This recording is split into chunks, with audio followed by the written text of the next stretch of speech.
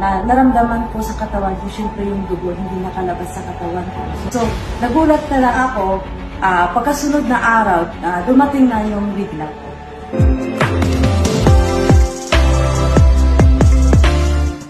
Ako nga pala si Julina Ganagana, OFW sa Qatar.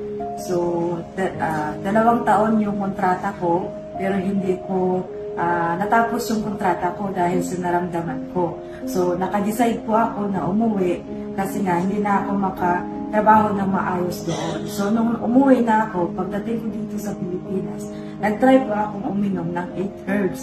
Kasi yung sakit, yung karamdaman ko pala doon sa ibang bansa is hindi ako nirigla ng 1 taon. So, sa 1 taon na yan siguro na naramdaman ko sa katawan ko, syempre yung dugo hindi nakalabas sa katawan ko. So, yung puson ko at saka yung sa biwang ko, sobrang sakit talaga. So, yun yung dahilan kung bakit ako nakauwi. So, nung nakauwi na ako dito sa Pilipinas, nag-try lang po akong uminom nito.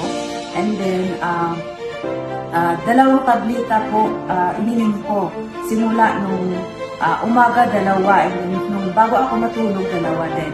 And then after another day, uminom ako ulit. Tinuloy-tuloy ko siya ng tig-2.